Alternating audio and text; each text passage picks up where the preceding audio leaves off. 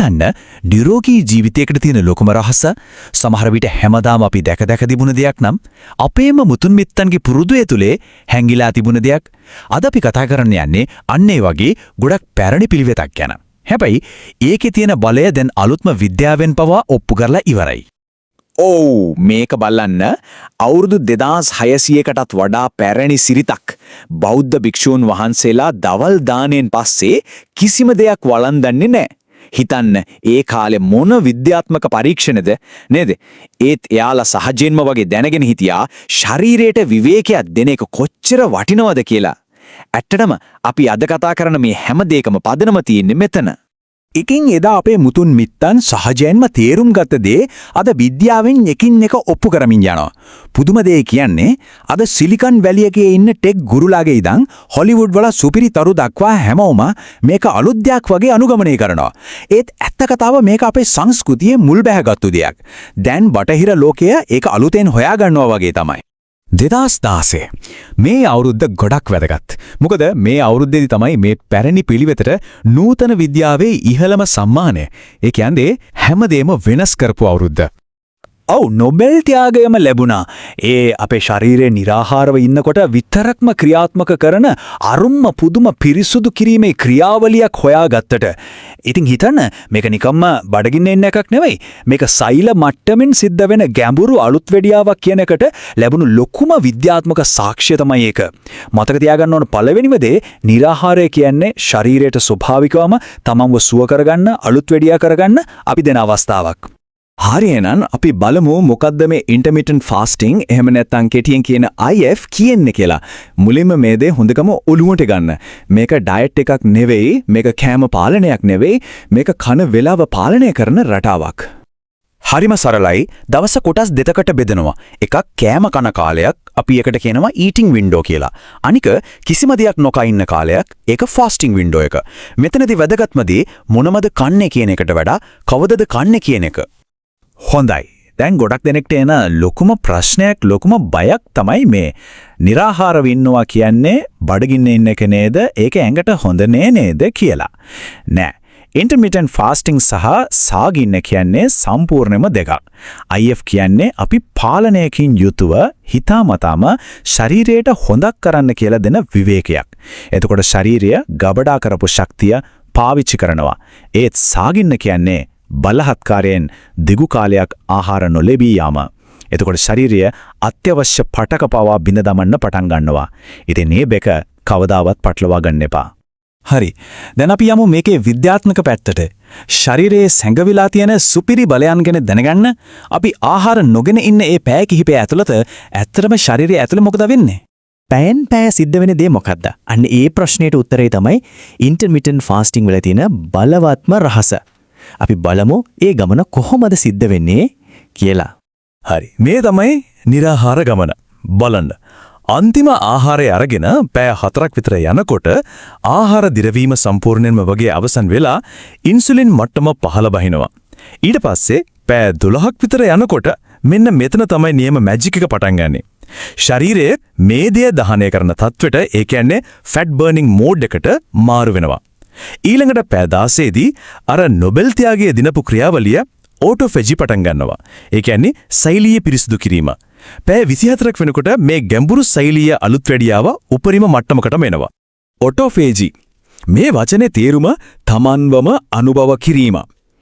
බය වෙන්න එපා, මේක හරිම අපූර්ව දෙයක්. හිතන්නකෝ මෙහෙම.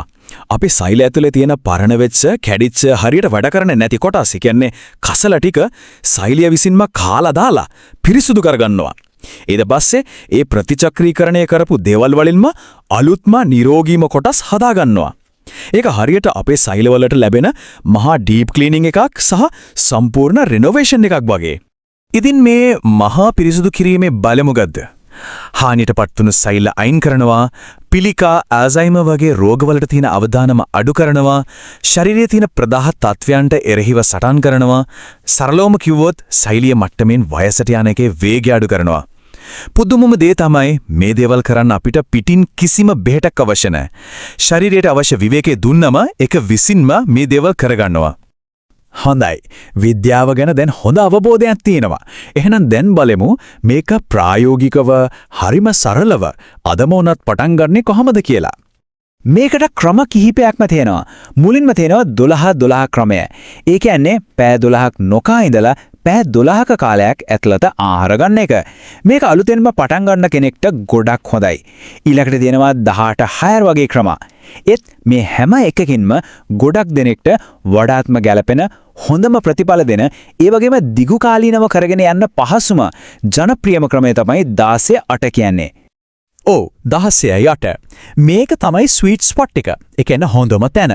මොකද මේ ක්‍රමය අපිට බලවත් ප්‍රතිඵල ලබා දෙන ගමන්ම දිගු කාලීනව ලේසියෙන් කරගෙන යන්න පුරුවන් විදියක සමබර වෙලා තියෙනවා. සරලවම කිව්වොත් දවසේ පය 16ක් निराහාර වින්දලා ඉතිරි පය 8ක කාල පරාස ඇතුළත තමන්ගේ ආහාර වේල් ටික ගන්න එක. උදාහරණයක් විදිහට දවල් 12ට පළවෙනි කෑම එක අරගෙන රෑ 8 වෙන්න කලින් අන්තිම කෑම එක ගන්නවා වගේ. හැබැයි එකපාරටම පැය 16ක් නොකා ඉන්න පනින්න ඕන නෑ. ශරීරයට හුරු වෙන්න කාලය දෙන්න ඕන. මෙන්න හරිම සරල සති 4ක සැලැස්මක්. පළවෙනි සතියේ රෑ කෑමෙන් පස්සේ උදේ වෙනකම් වෙන මුකුත්ම නොකා ඉන්න පුරුදු වෙන්න. ඒ කියන්නේ 12.12 ක්‍රමයට. දෙවෙනි සතියේ උදේ කෑම වේල පැය 2ක් විතර පරක්කු කරන්න. එතකොට 14:10ට හුරු වෙනවා. තුන්වෙනි සතියේ තව ටිකක් උත්සාහ කරන්න. 15:9ට. එතකොට බලන්න හතරවෙනි සතිය වෙනකොට ශරීරය කිසිම අමාරුවක් නැතුව 16:8 රිද්මයට හුරු වෙලාදී. හරි. දැන් තවත් වැදගත් ප්‍රශ්නයක්. निराහාරව ඉන්න පැය 16 ඇතුළත මොනවද බොන්න පුළුවන්? වතුර. වතුර නම් අනිවාර්යෙන්ම බොන්න ඕන. ඊට අමතරව සීනි නැතුව, කිරි නැතුව කළු කෝපි, ප්ලේන් ටී, ඒ කියන්නේ ග්‍රීන් ටී, බෙලිමැල්, රණවරා වගේ දේවල් ගන්න පුළුවන්. හැබැයි මතක තියාගන්න සීනි, කිරි, පළතුරු යුෂ් මේ වගේ කැලරි තියෙන ඕනෑම දෙයකින් निराහාරය බිඳනවා. ඉතින් ඒ දේවල් නම් බෑ. හොඳයි. දැන් අපි එනවා ගොඩක්ම වැදගත් කොටසකට. ඒ තමයි මේක ආරක්ෂිතව සහ හරියට කරගන්නේ කොහොමද කියන එක. ගොඩක් අය වරද්ද ගන්න තැන් සහ අනුතුරුදායක දේවල් ගැන අපි දැන් කතා කරමු. මේක සාර්ථක වෙන්න නම් මේ පොදු වැරදි වලින් අනිවාර්යයෙන්ම ඈත් වෙන්න ඕන. පළවෙනි සහ ලොකුම වැරද්ද තමයි පැය ගාණක් නොකා ඉඳලා කෑම කන වෙලාව ආවම අනේ මට ඕන දෙයක් කන්න පුළුවන් කියලා හිතලා ජංක් ෆුඩ් වලින් බඩ පුරවගන්න එක. දෙවැනි දේ निराහාරව ඉන්නකොට විතරක් නෙවෙයි දවස පුරාම ඇති තරම් වතුර නොබීම. තුන්වෙනි දේ එක පාරටම පැය 18ක් 20ක් වගේ දිගු निराහාරයකට යන්න හදන එක. අනිත් දේවල් තමයි කන කෑමවල පෝෂණය ගැන හිතන්නේ නැති එක, හරියට නිින්ද නොගන්න එක. මේ මූලික වැරදි ටික මග අරගත්තොත් නියම ප්‍රතිඵල දකින්න පුළුවන්. දැන් මේක නම් අතිශයින්ම වැදගත්. අනතුරු ඇඟවීමක්. මේ සඳහන් වෙන කණ්ඩායම් වලට අයත් වෙනවා නම් වෛද්‍ය අනුමැතියකින් තොරව निराහාරව ඉන්න එපා. ගර්භණී හෝ කිරිදෙන මව්වරුන්, වයස අවුරුදු 18ට අඩු අය, ශරීර ස්කන්ධ දර්ශක ඒ කියන්නේ BMI අගය 8.5ට අඩු, ඒ කියන්නේ අඩු බර අය, ආහාර ගැනීමේ අක්‍රමිකතා තියෙන අය, දියවැඩියාවට බෙහෙත් ගන්න අය මේ කිසිම කෙනෙක් වෛද්‍ය උපදෙස් නැතුව මේක උත්සාහ කරන්නත් එපා. මතක තියාගන්න හැම දෙයකටම කලින් ආරක්ෂාව. එහෙනම් අපි මේ කතා කරපු හැමදේම එක වාක්‍යයකින් සාරාංශ කළොත් ඉන්ටර්මිටන්ට් ෆාස්ටිං කියන්නේ සාගින්නේ ඉන්න එකවත් ශරීරයට දඬුවම් දෙන එකවත් නෙවෙයි. ඒක ශරීරයට හිතාමතාම සැලසුම් සහගතව දෙන විවේකයක්. ඒ විවේක කාලය තුල ශරීරය තමන්වම අලුත් වෙඩියා කරගන්නවා, නැවත සකස් කරගන්නවා, ඒ වගේම පුනර්ජීවනය වෙනවා. ඒක ශරීරයට දෙන තෑග්ගක්. හොඳයි. දැන් අවුරුදු 2600ක් පැරණි රහසක් අගුල්ලු අරින්න අවශ්‍ය දැනුම සහ සති 4ක පැහැදිලි සැලැස්මක් තියෙනවා. අපේම මුතුන් මිත්තන්ගෙන් ගාපු මේ පුරාණ රහස ප්‍රයෝජනෙට අරගෙන තමන්ගේ සෞඛ්‍යය සම්පූර්ණයෙන්ම අලුත් මට්ටමකට ගේන්න තියෙන අවස්ථාව මේක. ඉතින් මේ පරිවර්තනය ආරම්භ කරන්න සූදානම්ද? ඒ ගැන හිතලා බලන්න.